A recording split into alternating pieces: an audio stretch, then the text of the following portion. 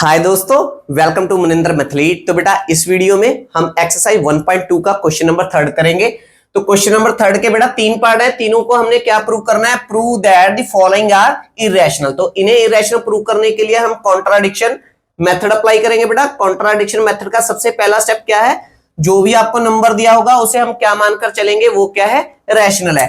तो सबसे पहले बेटा हम यहां पे लिखेंगे कि let us assume that 1/√2 is, तो इसे क्या लेंगे बेटा हम? रैशनल।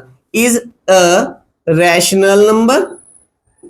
तो बेटा अगर ये रैशनल है तो हम इसे P अपॉन Q की फॉर्म में लिख सकते हैं, क्योंकि रैशनल नंबर कौन से होते हैं? P अपॉन Q की फॉर्म में।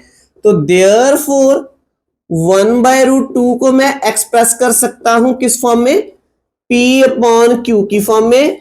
और वेयर, जहां पर Q कभी भी जीरो नहीं हो सकता, where Q is not equal to zero, and और इसके साथ बेटा P एंड Q आर को प्राइम।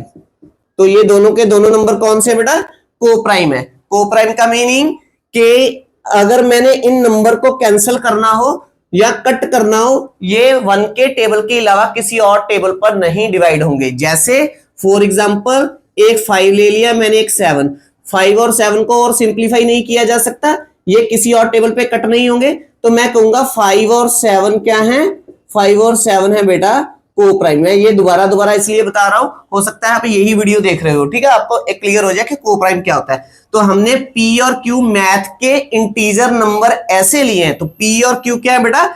इंटीजर। तो हमने ऐसे नंबर लिए हैं जिनको कट नहीं किया जा सकता, जिन्हें सिंप्लीफाई नहीं किया जा सकता, जिन्हें कैंसलिंग नहीं की जा सकती, ठीक है। अब फर्दर देखो बेटा, अब हम क्या करेंगे, यहां पे हम हल्की सी एक ट्रिक अप्लाई करेंगे। कौन सी? हम यहां पर रेसिप्रोकल लेंगे दोनों तरफ, ठीक है। तो जब दोनों तरफ रेसिप्रोकल लेंगे बेटा, तो √2 ऊपर चला जाएगा और 1 क्या आएगा बेटा? नीचे आ जाएगा। इसके साथ Q ऊपर चला जाएगा और P नीचे आ जाएगा। अब P और Q क्या है? को प्राइम। तो दैट्स मीन P जीरो तो हो नहीं सकता, P not equal to zero, P भी नहीं जीरो हो सकता। अब Q क्या था बेटा? इंटीजर था। तो मैंने यहां पे लिखा कि हेयर Q क्या था? मैथ का number, integer. Q and P are, ये तो हमने इंटीजर लिए थे और वो इंटीजर कैसे थे? दैट आर को प्राइम, ठीक है। Q और P या P और Q ये इंटीजर्स थे। जब इंटीजर को इंटीजर के साथ डिवाइड किया जाता है तो वो क्या बन जाता है बेटा? ये क्या बन जाएगा? रैशनल। तो ये क्या है? Rational number. So Q upon P is a rational number. तो हमने लिखा कि ये तो रैशनल नंबर है। कौन से वाला? Q upon P। अगर ये रैशनल है, अब ये क्या है बेटा? रैशनल, ठीक है। अब इस और क्या है? √2/1। नीचे 1 लगाना है लगाओ, नहीं लगाना ना लगाओ, है ना। तो यहां पे हमारे पास लेफ्ट हैंड साइड पे क्या है? √2। तो दैट्स मीन अगर ये रैशनल है और इक्वल का साइन है तो ये भी क्या होगा? रैशनल। इससे तो यही कंक्लूड हो रहा है। तो दैट्स मीन सो √2 क्या है? √2 इज रैशनल। √2 क्या है? रैशनल। पर ये तो पॉसिबल ही नहीं है, क्योंकि हम जानते हैं कि √2, √3, √5 ये तो इररेशनल नंबर होते हैं, है ना। ये तो पॉसिबल नहीं है। तो √2 यहां से तो ये निकल के आ रहा है √2 इज रैशनल। तो दैट्स मीन ये क्या आ रहा है? गलत आ रहा है। क्यों? क्योंकि हमने जो अज्यूम किया है वो क्या है? हमने गलत अज्यूम कर लिया, ठीक है। ये इसी वजह से ये भी गलत आ गया हमारे पास। तो हम यही लिखेंगे, दिस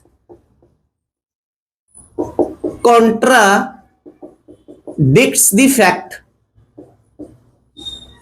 that, कि इसने मेरी कॉन्ट्राडिक्शन ला दी मेरे फैक्ट में। क्या? कौन से फैक्ट में? That √2 is an irrational. कि मेरा जो ये फैक्ट था कि √2 इररेशनल होता है, इसमें मुझे कॉन्ट्राडिक्शन मिल गई है इस वजह से। किस वजह से? जो हमने अज्यूम किया था।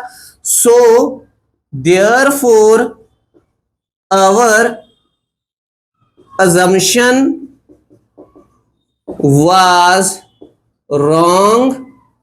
तो हमारी assumption गलत थी। हमने क्या assume किया था? that के 1/√2 is a rational। तो ये हमारी गलत थी। that 1/√2 is rational. तो ये मेरी बात क्या थी, गलत थी। तो इससे मैंने ये कंक्लूड किया, मेरे पास लास्ट पे ये रिजल्ट आया, दिस कंक्लूड दैट कि जो 1/√2 है बेटा ये इज एन इर्रेशनल नंबर है, इर्रेशनल नंबर। क्लियर है बेटा, कोई डाउट तो नहीं है। जैसे हमने प्रीवियस क्वेश्चन नंबर 1 और क्वेश्चन नंबर 2 किया, सेम एज वही स्टेप्स हमने यहाँ पे फॉलो किए हैं। आई होप आपको बहुत ही अच्छे ढंग के साथ समझ में आया होगा। बस इस बात का ध्यान रखिएगा कि हमने ये लाइन यहाँ पे 100% लिखनी है कि P और Q are coprime. Is it clear? तो बेटा अगर आपको मेरे टीचिंग का मेथड अच्छा लगता है तो प्लीज मेरे इस चैनल को सब्सक्राइब कीजिए, मेरी इस वीडियो को लाइक और शेयर कीजिए। मैं आपके लिए और भी इंफॉर्मेटिव वीडियोस लाऊंगा। अब करेंगे इसका नेक्स्ट पार्ट, तो इसे भी हम करेंगे कॉन्ट्राडिक्शन मेथड के साथ। तो सबसे पहले स्टेप में हम मान लेंगे कि ये नंबर क्या है, रैशनल। तो let us assume that 7√5 is a rational number. तो बेटा अगर ये रैशनल नंबर है तो मैं इसे एक्सप्रेस कर सकता हूं किस फॉर्म में, P अपॉन Q की फॉर्म में। तो that's mean 7√5 is equal to P upon Q। और हम यहाँ पे क्या लिखते हैं, और अब हमने क्वेश्चंस कर लिए बेटा, तो बताओ मुझे। तो यहाँ पे हम लिखेंगे एक तो Q is not equal to 0, और इसके साथ क्या लिखेंगे कि P and Q are coprime. ठीक है, अब को प्राइम कौन से होते हैं, जब इन दोनों का अगर हम HCF लें तो वो कितना है, 1 है। ये भी लिख सकते हैं। ठीक है, तो ये है हमारा P अपॉन Q की फॉर्म में हमने इसे रिप्रेजेंट कर लिया। तो अब नेक्स्ट स्टेप में क्या करेंगे, लेफ्ट हैंड साइड पर जो 7 है हम इसे ट्रांसफर करेंगे कहां पे, राइट हैंड साइड पे। तो क्या आएगा हमारे पास फर्दर के √5 is equal to P upon, अब 7 यहाँ पे मल्टीप्लाई में है, जब यहाँ पे लेके आएंगे राइट हैंड साइड पे डिवाइड में चला जाएगा और Q के साथ क्या होगा, मल्टीप्लाई। तो डिनोमिनेटर में हमारे पास आ गया बेटा 7Q। क्लियर है? अब ध्यान दीजिएगा बच्चों, अब P और Q क्या है, मैथ के नंबर है, इंटीजर है। तो दैट्स मीन P क्या है, इंटीजर है, अपॉन इंटीजर की इंटीजर के साथ मल्टीप्लाई की तो क्या बन जाएगा, वो भी इंटीजर। और इंटीजर अपॉन इंटीजर क्या होता है, दैट इज रैशनल नंबर। तो that's mean P upon 7Q क्या है मेरे पास, रैशनल है। √5 क्या है, इर्रेशनल है। तो ये इर्रेशनल कभी रैशनल के इक्वल हो नहीं सकता, तो हमारी अजम्पशन क्या है, गलत है। वही हमने अब फर्दर लिखना है। ठीक है, तो आप लिख देते हैं कि हियर मैंने नोटिस कर लिया है कि P and 7Q are integers, therefore P upon 7Q is a rational number.